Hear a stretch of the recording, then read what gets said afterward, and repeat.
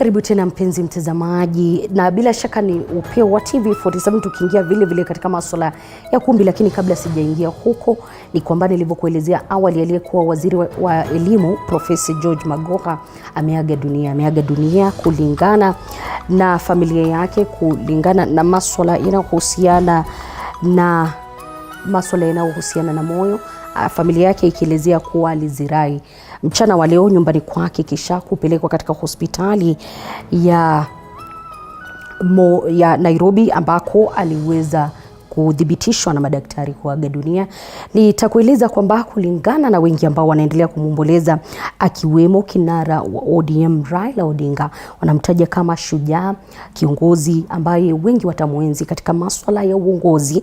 Vile vile kuna vinara kama vile Kalonzo Musyoka ambao watasema kuwa ni kiongozi ambaye ataenziwa na wengi kulingana na uongozi wake ambao ni uongozi wa maana zaidi. Ni viongozi ambao wengi zaidi wanaendelea kumomboleza aliyekuwa waziri wa elimu humu nchini, Profesa George Magoha. Raila Odinga anasema hivi, nitasoma kwa lugha ya Kimombo: I am deeply saddened to learn the passing of Professor George Magoha, transformational leader, illustrious scholar, dedicated public servant and distinguished medical doctor. Huyo ni kulingana na Raila Odinga. Picha unazoziona moja kwa moja ni kutoka kwa mitandao hiyo ya kijamii na vile vile kutoka kwa waelekezi wetu kuhusiana na masuala ya aliyekuwa waziri wa elimu Profesa George Magoha. Kuna Ezekiel Mutua ambaye ni daktari katika masuala, ambaye ni mwenyekiti katika masuala ya muziki humu nchini, anasema Professor George Magoha, tutakukumbuka manake wewe ulikuwa shujaa, waziri wa masuala ya ICT. Na vile anasema hivi, I have learned with shock and disbelief the passing of Professor George Magoha. A short while he will be remembered for focused professional in his field and candid striker for discipline and deficiency in institutional leadership and management. He will be sadly missed. Hao ni baadhi ya viongozi ambao wanaendelea kumomboleza moja kwa moja ambaye alikuwa waziri wa elimu humu nchini, ambaye anatajika kwa kuendelea kubadilisha masuala ya elimu humu nchini na kuyalainisha, ambaye ni spika katika bunge lile la kitaifa. Moses Wetangula anasema deeply saddened to learn the passing of former education cabinet secretary Professor George Magoha. I have vivid memories of the great and tough scholar who had distinguished himself by the immense contribution to education. Hayo ni maombolezi wa viongozi mbalimbali humu nchini kuhusiana na Profesa George Magoha ambaye ameaga dunia hii leo kutokana na matatizo ya moyo. Pasaris ambaye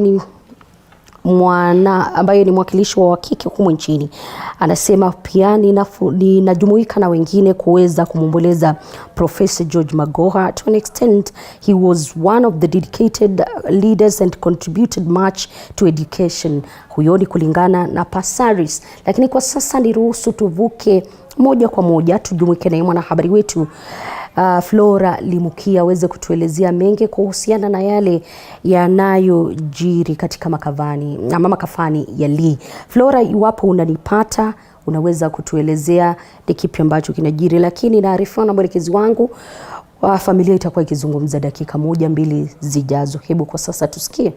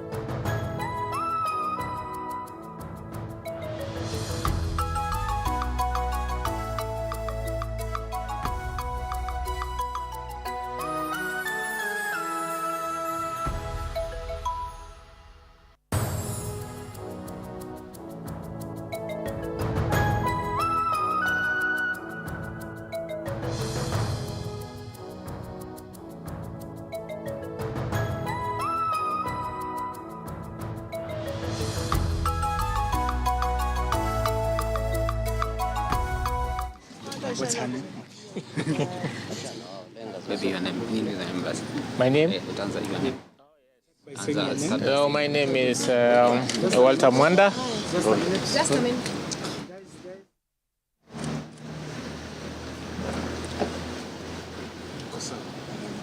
Hi, we're good. We're good. Just tell us a recap of the incident. Hello. Just a recap. Maybe start with the name. Yeah, my name is Professor Walter Mwanda. The departed Professor George Omore Magoha was my great friend, mentor, colleague in all aspects. At around 3 o'clock today, I got a phone call from the wife that she needed me urgently. I was in a clinic at the Kenyatta National Hospital. I was seeing a patient, and I called a colleague to take over. I rushed to my car. When as I was driving away from Kenyatta, about 4 kilometers, she called again and asked me whether I had a blood pressure machine. I told her I would get one. I rushed back to my clinic, got a blood pressure machine. As I was about 4 kilometers to the home,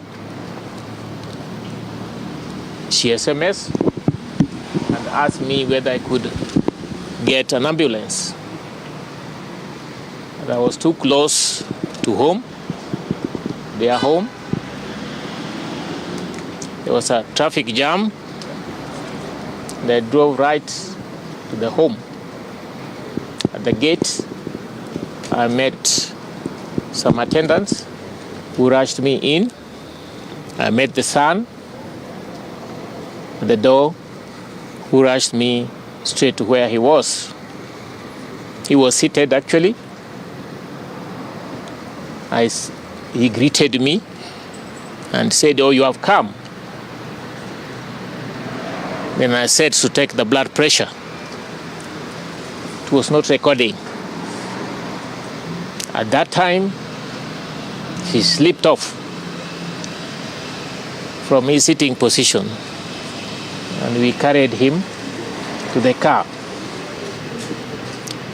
He went into a car, and the wife and my driver, we followed.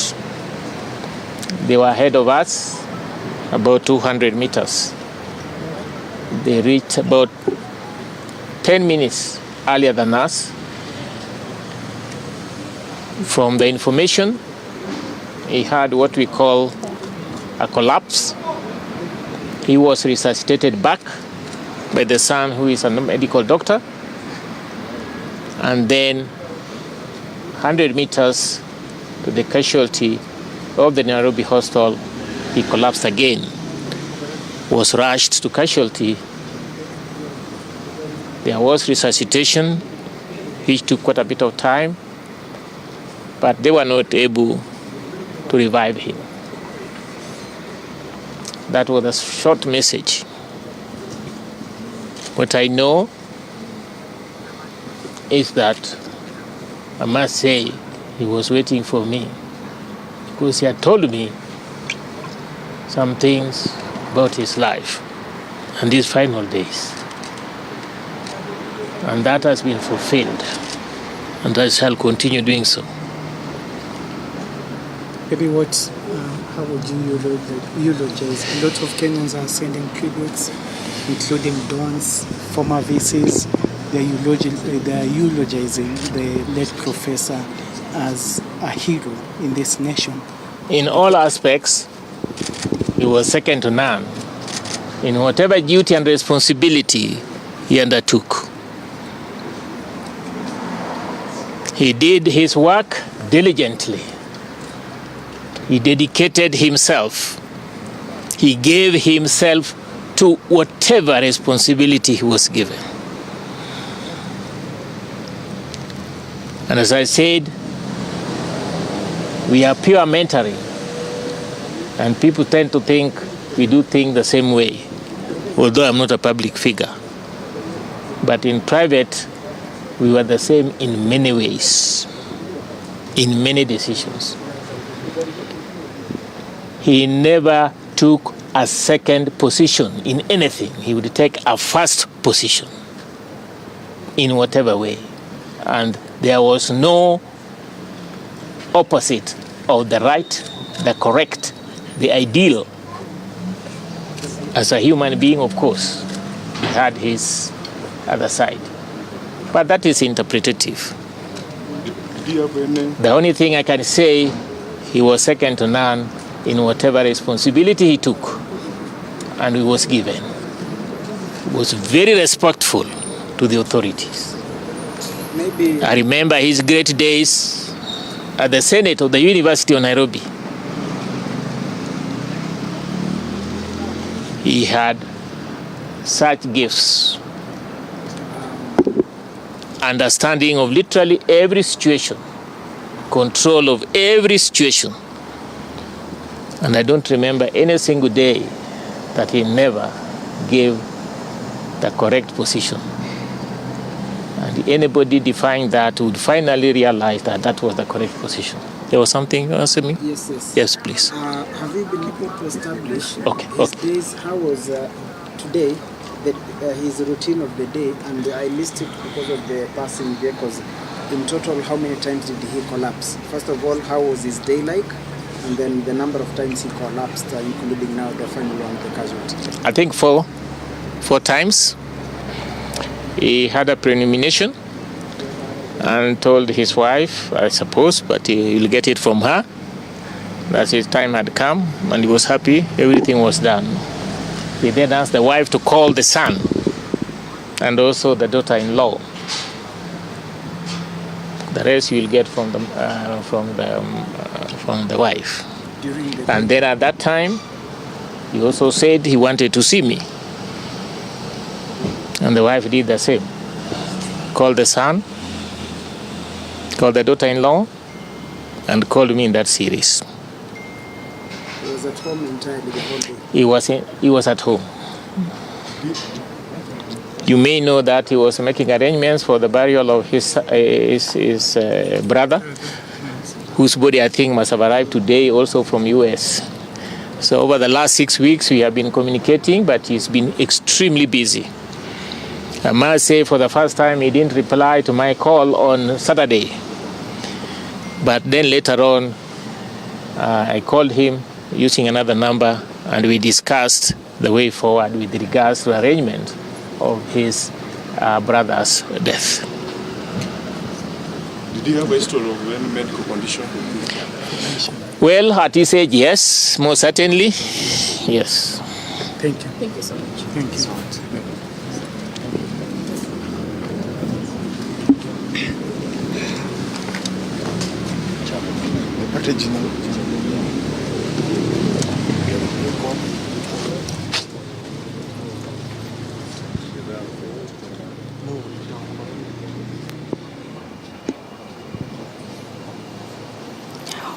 Well, that has been a family member who was explaining to us what has transpired the days before.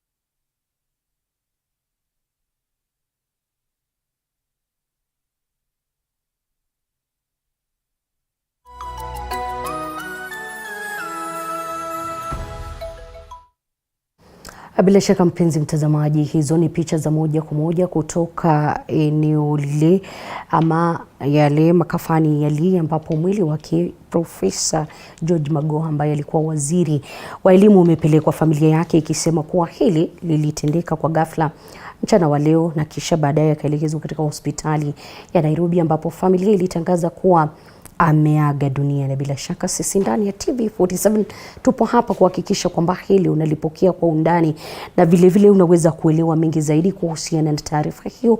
Kumbuka wengi wanajivunia Profesa Magoha mwenda zake kwa masuala ya elimu na ambayo alilainisha zaidi wakati akihudumu katika wizara hiyo wakati wa utawala wa rais mstaafu Uhuru Kenyatta. Lakini kwa sasa nitaingia katika masuala mengine na ambayo yanahusiana na masuala ya siasa, kisha baadaye nitakuwa nikikuelezea mengi. Lakini studioni ninaye mbunge wa Yala Honorable Sankok, karibu sana.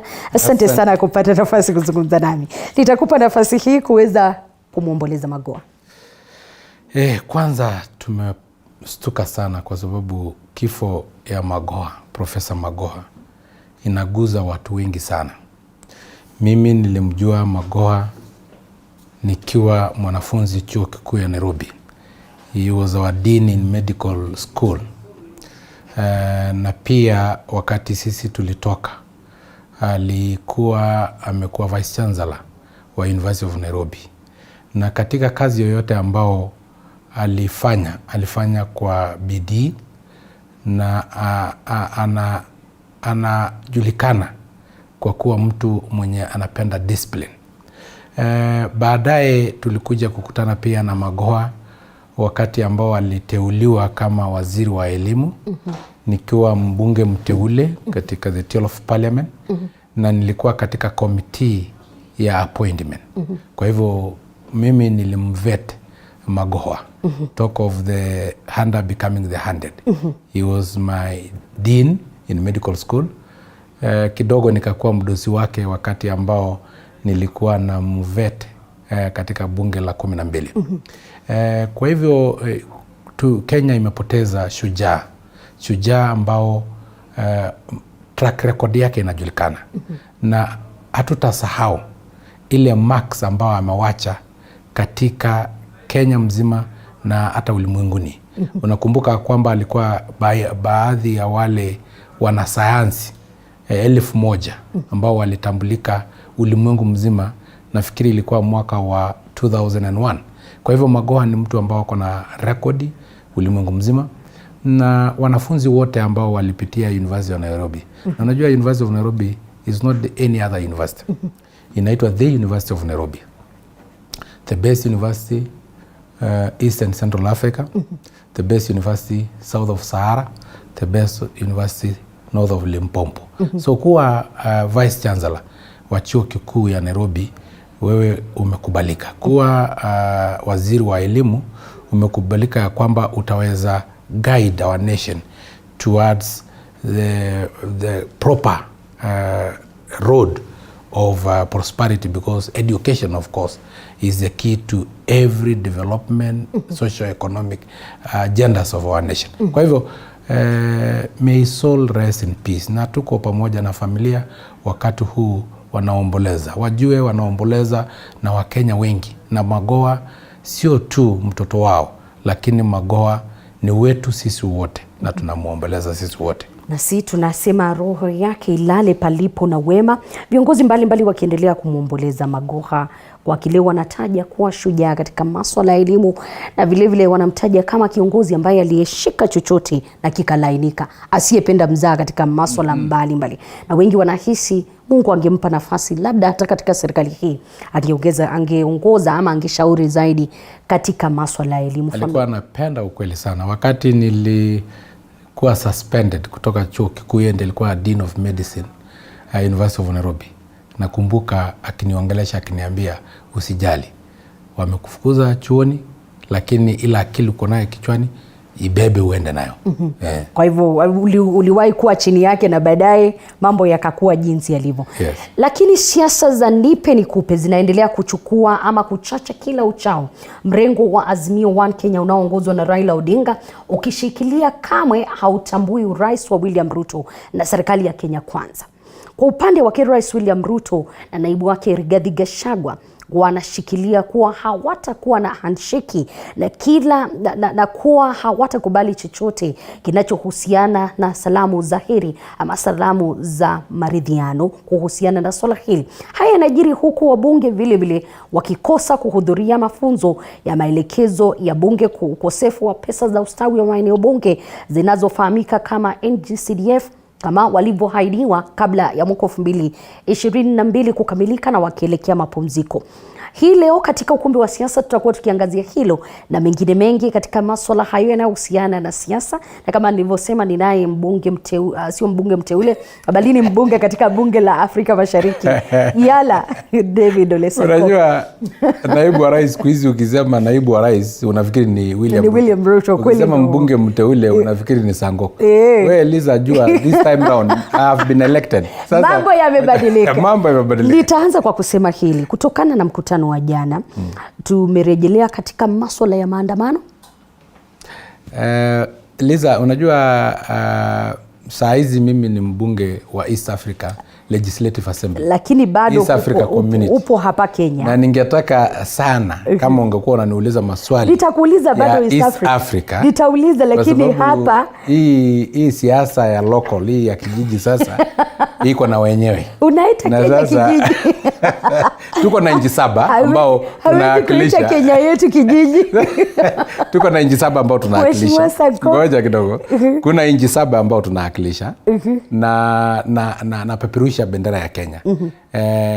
William Ruto, Raila Odinga wote nawakilisha katika Yala, including you Liza. Unajua pia wewe ungekuwa saizi wacha tuachie hapo. Sasa lakini fahali wawili wakipigana nyasi ndio umia. Kwa hivyo ila ambao mimi nataka tu kusema ni wa Kenya waangazie vizuri na wajue ukweli uko wapi, na pia tujaribu kusuluhisha na kusalamiana sio mbaya. Unajua salamu ni ya Mwenyezi Mungu. Na wale ambao wanapenda amani ndio wanaitwa wana wa Mungu kulingana na Biblia. Kwa hivyo mimi ningependa au viongozi wetu wakae chini, kwa sababu William Ruto ako na wafuasi wake ambao ni wengi. Raila Odinga ako na wafuasi wake ambao ni wengi, na wakae chini, waketi kwa meza moja, wajadiliane. Kusalamiana sio mbaya, lakini serikali maybe ile ya nusu mkate ndio labda itakuwa mbaya. Kwa sababu hatuwezi kuwa na serikali ambao haina opposition. Kwa sababu serikali pia lazima iulizwe maswali. Na wananchi watauliza maswali serikali kupitia kwa opposition party. Kwa hivyo lazima tukue na chama ya upinzani ili waweze kupinga yale mabaya ambao serikali itaweza tekeleza. Kwa hivyo lazima hata kama ni kusalamiana, ndio salamu ni mzuri, ni ya Mwenyezi Mungu, lakini mambo ya kugawanya serikali haiwezekani. Lakini tumemsikia Rais Marasi moja akisema kuwa ni kweli huenda hili ndilo kinara wa ODM na vile vile Azimio Raila Odinga anatafuta, lakini hawapo tayari kwa hili. William Ruto ni rafiki yangu. Na ni rais wa Jamhuri ya Kenya. Rigathi Gachagua ni rafiki yangu. Tulikuwa na yeye bunge la 12 tukiwa monos. Sisi wawili tulikuwa monos. Yeye akaenda kuwa naibu wa rais na mimi pia nikaenda Yala. Kwa hivyo ni rafiki yangu. Mambo ya kusema wamemaliza, lazima tutaongea. Tutasema salamu sio mbaya. Lakini mambo ya kugawanya serikali ndio tunasema haiwezekani. Kwa sababu wacha Liza nikuulize swali. Kulikuwa na maandamano dhidi ya rais mstaafu hayati Daniel Toroitich Arap Moi, tukisema yeye ni dikteta. Lakini baada ya salamu na kupatiwa pahali katika serikali akakuwa sio dikteta. Hiyo basi kuna unafiki. Pia wakati ambao Mwai Kibaki ilisemekana hajashinda uchaguzi, lakini wakati Raila akapatiwa nafasi akakuwa prime minister, ikakuwa Kibaki alishinda uchaguzi. 2017 again ikakuwa ya kwamba hatumtambui Uhuru Kenyatta kama rais. Lakini wakati umepatiwa nafasi katika serikali inakuwa anatambulika. Lakini hii whether William Ruto atatambulika kama rais, Rigathi Gachagua atatambulika kama naibu wa rais, hakuna kugawanya serikali. Lakini salamu iko sawa. Ningependa kujua wakati unasema hili ni kipi ambacho Rais William Ruto atafanya tofauti? Manake kumbuka Moi alikubaliana na Raila Odinga kwa wakati mmoja, akasema ni kweli kuja tufanye kazi. Kibaki vile vile alikubali kwa wakati mwingine. Rais Uhuru Kenyatta uliona aliangalia taifa jinsi ambavyo linakwenda, na umetoka kusema kwamba fahali wawili wanapopigana nyasi ndio huumia, na nyasi hawani wa Kenya kwa wakati huu. Ni kipi ambacho atafanya kuhakikisha kweli hawa nyasi hawajaumia? Na Raila Odinga vile vile ametulia. William Ruto hata kataa salamu, ila tu kumbuka siku zote salamu sio mkono tu. Hapana, hii yetu itakuwa mkono peke yake. Lakini Liza, wewe nimekuambia mimi ni mwakilishi wa East Africa Legislative Assembly. Mimi uzuri ni kwamba wangu alikuwa supposed kuwa hapa. Hao ndio watadili ule mwingine, ndio maana ninachukua mapumziko ya dakika 2 kisha atakuwa akiingia, kisha tuendelee. Mpenzi mtazamaji, usicheze mbali, maana siasa zipo hapa ndani ya ukumbi wa siasa.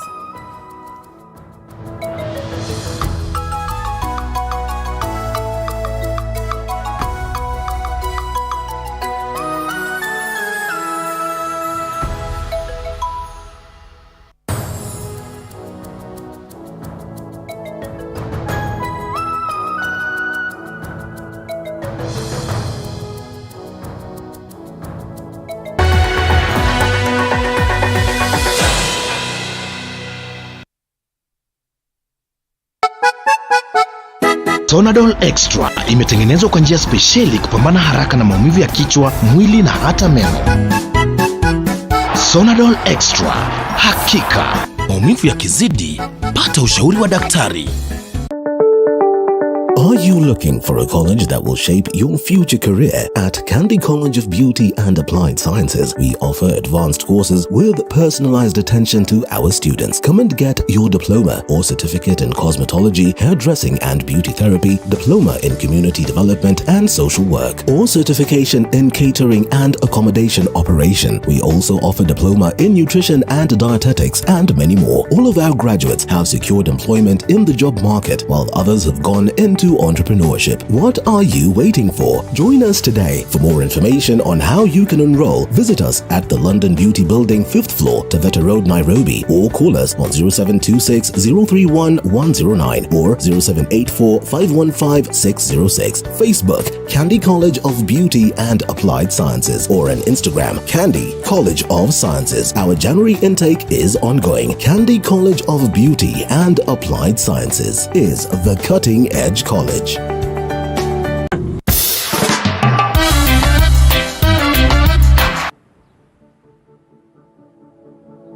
Yeah, like you see, these are the fabrics we use for the sofas. Yeah, there are different types of fabrics. Sabak. This is the best way to go. Eat color, eat raw, you know, like this is alive. Well, 2022 is behind us. 2023 is here with us. What are your plans? We here at TV47's Morning Cafe have great plans for you. We're talking about information, we're talking about entertainment, we're talking about the greatness for the year. So make sure that you're always with us. Are you looking for a distinguished institution of academic and professional excellence to kickstart your career? Then join KIPS Technical College, a top-NEC, CASNEB and NEET examination center in Kenya that is fully accredited by TVET Authority with over 90% national exam pass rate. We offer high-quality, hands-on training in engineering, hospitality, tourism, journalism, ICT, business, accounting, hairdressing and beauty, health sciences, community development and foreign language, and have placed over 26,000 graduates since 1994. Our state-of-the-art equipment, well-equipped workshops, indoor and outdoor sports facilities make us the preferred choice. During my training, I was able to become a SKIPS, which has helped me to achieve my goals in community development. Admissions for January 2023 intake is ongoing. For more information, call 0720-813-113 or visit any of our 6 campuses located within Nairobi. KIPS Technical College, your sure path to success. My wedding's around the corner, so I've arranged for us to go out of town this weekend. Kwani mara yako wapi? You have the right to men's sex. He kissed me in front of his wife. 10 bob ama 10k. Umalani. Okay.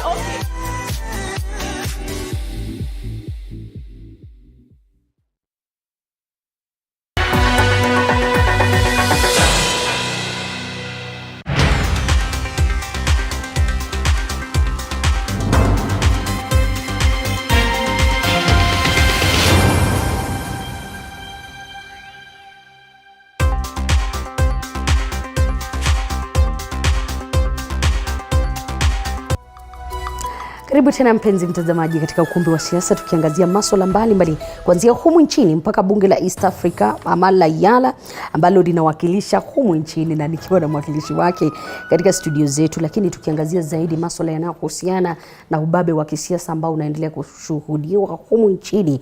Na awali alikuwa amesema kuwa ni kweli nyasi wakati ambapo wanapigana fahali wawili. Mheshimiwa Sankoka alikuwa amesema kuwa ni kweli nyasi ndio huumia na nyasi ni wa Kenya. Raila Odinga akisema kuwa wataendelea na mikutano ya hadhara kuendelea kuwashinikiza wa Kenya kuhusiana na masuala yanayohusiana na uchumi wa taifa hili. Upande ule mwingine, Rais William Ruto na naibu wake Rigathi Gachagua wakiashiria kuwa haiwezekani hata kidogo kuweza kufanya handshake na vile vile serikali ya nusu mkate endapo ndio Raila Odinga anatafuta, japo Raila Odinga anashikilia kuwa hiyo sio msimamo wake, lakini tutaweza kujadili hayo na mengine mengi. Wabunge wakiashiria kuwa hawawezi kufanya kazi pasi kupata NGCDF ambayo ni maeneo ama mgao wa maeneo bunge na ustawi wa maeneo bunge. Hayo na mengine mengi katika ukumbi wa siasa. Mimi ni Elizabeth Mutuku. Mheshimiwa, tukikwenda mapumzikoni, nilikuwa nimekuuliza hili, kulingana nawe Raila Odinga amesema haiwezekani, nitaendelea. Ruto kwa upande wake ambaye ni rais anasema ni kweli na mimi serikali ni yangu na ninayo yote. Lakini Mkenya wote wanasema wanatetea wa Kenya. Manake Raila Odinga ukimsikiza katika mkutano ule wa Azimio alikuwa anasema ni cost of living na kuwa hii serikali ni kweli siitambui, lakini maisha ya Wakenya ni magumu zaidi. Na nikawa nikishangaa ni wapi tutapata balance kwa taifa hili. Liza, unajua unanirudisha tu kwa local politics. Nitakurudisha hapo kabla nikuhamishe nikupeleke kule majuu. Nilitangaza hapa ya kwamba nimestaafu kutoka local politics. And now I'm the global geopolitician. Hapa utaendelea kukua loko na ukifika hapo mbele na kupeleka ngambo. Tuendelee. No, I'm supposed to be discussing issues of East African community. Tuingia hapa Kenya kwanza. As the global geopolitician. Nitakuingiza hapo. Kwa sababu unaniuliza maswali. Nimesema na bado nasema ya kwamba fahali wawili wakipigana ni nyasi ndio umia. Nyasi ni wananchi. Nataka kuomba Raila Odinga na William Ruto watulize kidogo. Wajaribu tu kujua ya kwamba wananchi wanawaangalia na wanawategemea. Na pia ningetaka kuomba Raila Odinga, ukisema hautambui William Ruto, na William Ruto mimi mwenyewe nilikuwa naye huko Nyanza na tulipokelewa na Gladys Wanga ambao ni governor wa ODM, pia na Anyang' Nyong'o, na pia tulikuwa na James Orengo, na pale kwa boma ya Owalo ambao James Orengo ndio alikuwa anaongoza ni Bondo na ni Siaya County. Tulitawaza William Ruto kama an elder of the Luo elder. Na alitawazwa na Luo Council of Elders. Sasa alikuwa anapokelewa na au magavana wako kama nani? Kama wewe umtambui kama rais. Unajua saa zingine tuongee tu ukweli. Na nataka kumuomba ya kwamba sisi hatuwezi shindwa kusikizana. We are Nilotes. You are River Lake Nilot. Mimi natoka Plain Nilot. William Ruto ni Highland Nilot. Hii kitu tutaweza zungumuza na tuelewane. Salamu sio mbaya. Serikali hatuwezi gawa. Tutatengeneza ofisi ya kinara ya opposition ili aweze kukosoa serikali. Raila ukikubali hivyo, sawa. Na ukikosoa serikali bila furugu, juzi nimeona wameenda mkutano. Sijasikia Wakenya wakilalamika, hakuna Wakenya waliibiwa, hakuna Wakenya walipigwa mawe, hakuna pia askari walipiga watu. Ni sawa. Nao sisi tutakuwa Narok Jumapili ambayo inakuja pale Ulendi Mama Stadium. Nasikia hao watakuwa Jacaranda. Endeleeni. Na naomba pia muite makasisi pia waombe. Na kwa sababu siku hiyo ni ya Jumapili, pia sisi tuombe upande ile nyingine ya Narok. Hakuna shida. Kwa hivyo hamna shida na maandamano. Hakuna shida. Lakini kuna swala ambalo Raila Odinga anaendelea kuibua na ambalo linahusiana na mfumuko wa bei na vile vile gharama ya juu ya maisha, na ambalo Rais aliahidi kwamba hili lingetekelezwa katika muda ama katika siku zake za kwanza baada ya kuingia afisini. Lakini hili kidogo linaonekana kukuwa changamoto. Wakenya wasubiri mpaka lini? Gharama ya maisha iko juu sana na Wakenya wanaumia. Na wewe unajua ya kwamba walichukua serikali ikiwa ilikuwa na shida na changamoto mingi. Lakini inaironga mgama umuwe, lakini haki yake mpe. Unga ilikuwa inaelekea shilingi 230 Kenya shillings. Lakini saa hizi ni 180. Ndiko 210 bado. Unasikia imepungua kidogo. Fertilizer ilikuwa inaelekea 7,000. Saa hizi tunapata na 3,000.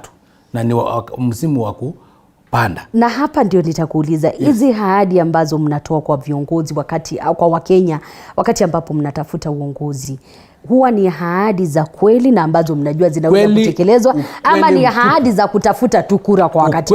Ukweli mtupu. Kwa sababu kwa kampeni zetu yote, kwa sababu nilikuwa katika kampeni ya Kenya Kwanza, na ile manifesto tulidraft, na ile economic forums zote tulikuwa tunawaambia Wakenya, sisi hatutakuja labda kupunguza bei ya unga kwa kutoa pesa ya serikali.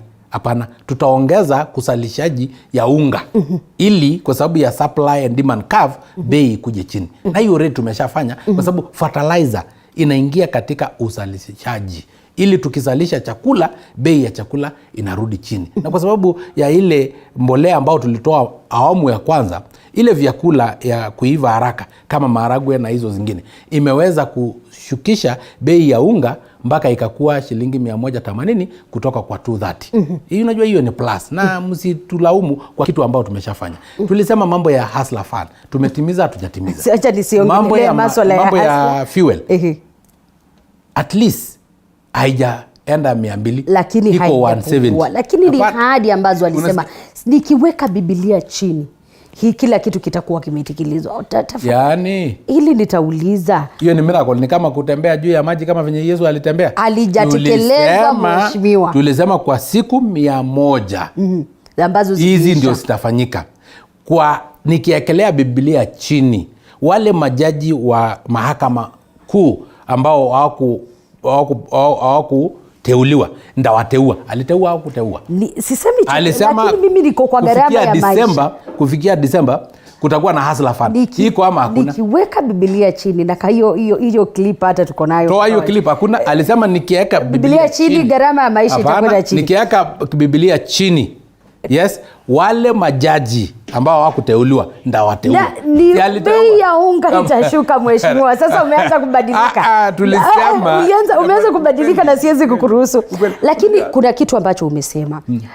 Rais Ruto amekuwa akisema nitaunganisha taifa hili, nitakwenda pande zote kuhakikisha kwamba taifa linatembea kwa msimamo mmoja na wote wanatembea kwa pamoja wakiwa wameungana.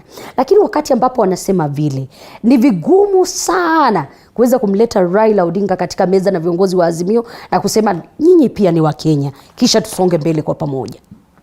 Unajua historia pia, Liza, is the mirror to reflect into the future.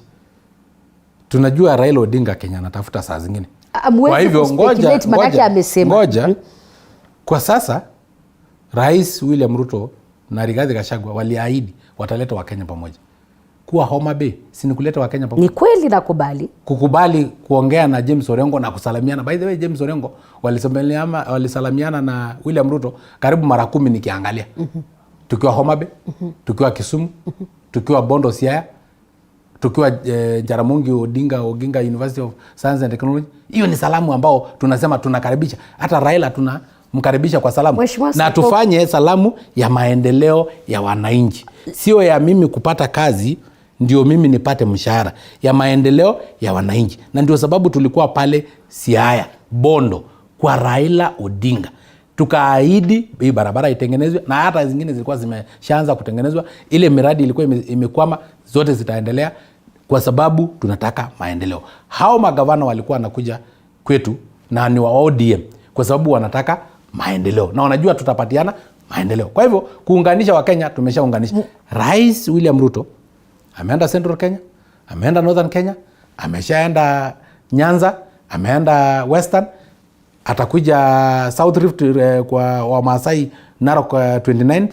Kwa hivyo hiyo ni kuunganisha. Mheshimiwa, uwezi ukala ugali kuanzia huku wakati ambapo ni rahisi kukula kutoka hapa katikati. Wakati ninasema vile ni kwa kuwa unajua kabisa unakulanga ugali kutoka katikati ama kutoka kando. Nitakuelezeni kwa nini nimesema vile.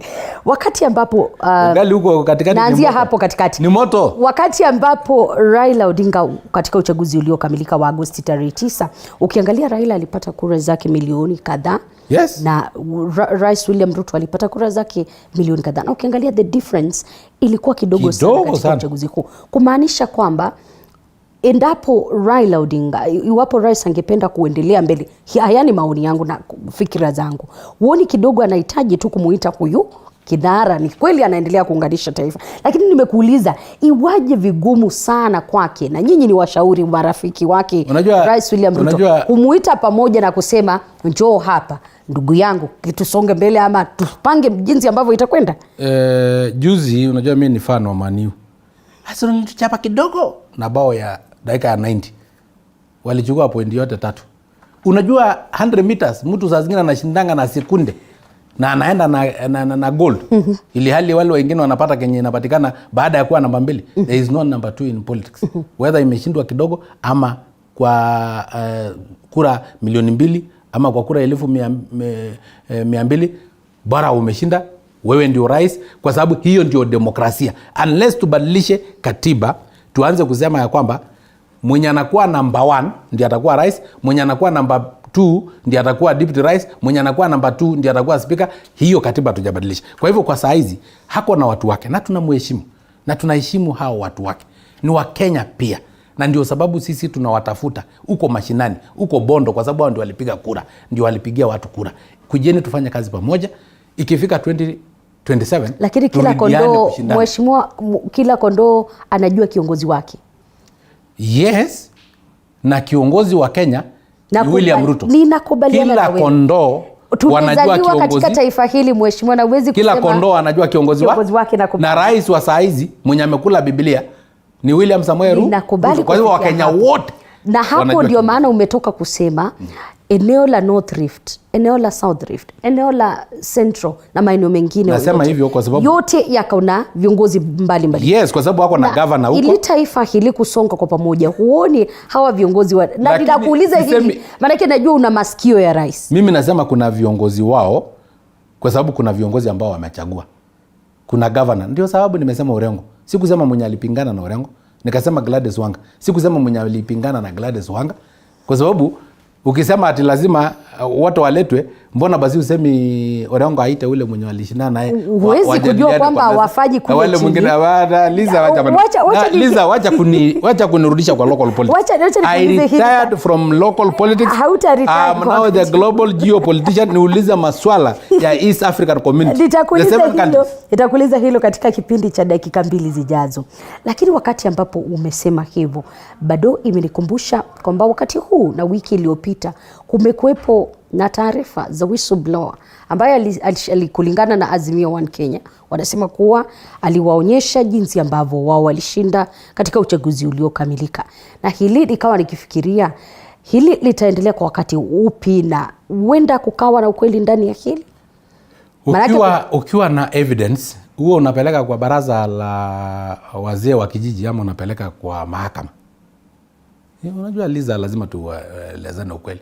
Katiba imeprescribe ya kwamba baada ya uchaguzi mtu asipotosheka anaenda mahakama, na akienda mahakama kuna majaji wenye wanasikiza kesi, na hao majaji wanatoa uamuzi kulingana na wingi. The majority will have their way.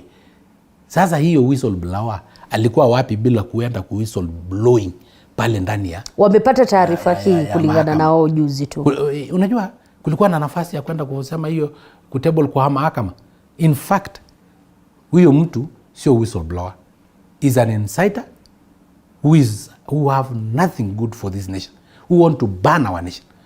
Because ukienda kwa baraza na waanze kusema kura imeibiwa, na ulikuwa na nafasi ya kwenda kotini na kusema, kutoa ushahidi na kusema kura imeibiwa kwa njia hii na hii na hii, na hao majaji waangalie. Sasa ukienda kuambia wananchi, sasa wacha nikuulize, ukienda pale Jacaranda useme ama whistleblower, hivi ndio kura iliibiwa, hao wananchi wanakusaidia na nini? Unataka kuambia baada ya kujua kwamba kura imeibiwa warushe mawe, warushie polisi, waende state house wachukue state house kwa sababu kura ilikuwa imeibiwa? Huyo ni mtu mwenye anataka kuchoma hii nchi. Na kama kuna adui wa Kenya hii ni huyo mwenye anajifanya whistleblowing. Kwa sababu demokrasia yetu imetupatia nafasi ya kwenda ku whistleblow ndani ya kotini. Makamishna watatu wa IEBC wamepumzika, lakini tumeona mabadiliko katika sheria inayohusiana na jinsi ambavyo wale ambao wataketi katika ile kamati ya kuwateua wale watahudumu katika IEBC, jinsi ambavyo imebadilika kulingana na sheria hiyo. Na kunayo zotetesi kutoka wanasiasa wenyewe kuwa hili tayari limetekwa nyara kwa ajili ya uchaguzi wa mwaka 2027. Haya mabadiliko kuja kwake kwa wakati huu, huoni kidogo yanazua mtafaruku? Wapi Emmanuel wangu, kwa sababu mimi niko na katiba 7. Katiba ya Tanzania, ya Rwanda, ya Burundi, ya DRC, ya South Sudan. Nitakuona kama utarudi Kenya, hapa kutafuta nafasi. Nitakuwa na wewe hapa. Sasa mimi ni katiba 7. So kama unaniuliza mambo ya uchaguzi niulize pia ya Tanzania, nitakuuliza sahihi, niulize ya Burundi, na tutakwenda polepole. Tumeanzia hapa Kenya. Mambo ya uchaguzi ya Kenya na mambo ya hiyo ati tangu wende katiba. Wamebadilisha katiba. Iko wabunge wa bunge la 13. Uliza hao hiyo maswali. Ninajua unajua kuhusiana na hilo, manake unasoma na wewe ni msomi. Sio mtu hivi ndio maana nimekuuliza. Najua wewe ni mtetezi wa Kenya Kwanza. Na hitetesi ni kwamba haya mabadiliko yaliyotekelezwa katika sheria. Mimi ni mtetezi wa Kenya huko East African katika masuala ya 20. Nilitumia tu tikiti ya UDA ili niweze. Umekuwa hapa ukiimba wimbo wa UDA tu the other day mheshimiwa, na hapo utaepuka. Katika hili huoni kidogo maswali haya yanahitaji kujibiwa katika ukweli? Kuna mahakama ambayo ni independent institution. Kuna that is judiciary. Kuna legislative ambayo ni independent institution. Kuna executive ambayo pia iko independent, but they are interdependent. Ile ambao itatekwa nyara, imetekwa nyara na nani? Na makosa iko kwa nani? Mwenye ametekwa nyara, kwa sababu amepatiwa nguvu ya kikatiba ya kufanya kazi bila kushurutishwa. Yeye akikubali kushurutishwa, siendi yako na makosa. Mnauliza William Ruto nini? Kwa hivyo sasa ukisema ati sijui unasema IEBC imetekwa nyara. Wanasema tayari jinsi ambavyo hilo limetendeka ni kwa kuwa ya mabadiliko yamekuja kwa ajili ya mpangilio wa 2027. Mabadiliko inafanywa wapi? Inafanywa kwa executive. Katika kamati ambayo ni select. Inafanywa kwa committee ya select committee na ambayo wawili watakuwa kutoka upande huu. Inafanywa kwa baraza la mawaziri. Kwa select committee. Inafanywa bunge. Bunge iko na wabunge kutoka chama gani? Ya UDA peke yake. Lakini ndio wengi kwa sasa kulingana. Si iko wote. Kulingana walio wengi. Unajua umekaa katika bunge hili na unajua walio wengi. Mheshimiwa Sanko. Wengi watauliza kabla nikimalizia. Ni kipi ambacho ni kipya mtaleta katika bunge lile la East Africa? East Africa. Thank you. Kwa sababu sasa hiyo ndio kazi yangu. East Africa iko na nguzo 4. Ya kwanza ni custom union ambao tumeshatimiza. Siku hizi Liza, ukitaka kwenda Tanzania, ukitaka kwenda Uganda, utatumia tu ID yako, na passport ni common passport ambao tuko nayo, East African passport. Tuko pia na common market. Siku hizi there is free movement of goods and services. Hautasikia tena kuku ikichomwa, au utasikia ng'ombe ikipigwa mnanda, kwa sababu sasa utaweza fanya biashara Kenya, ufanye biashara nchi zingine. Saa hizi tunapokuwa kwa 5th IALA, tunataka kuhakikisha kwamba tuko na monetary pillar ambao ni kuwa na a single currency.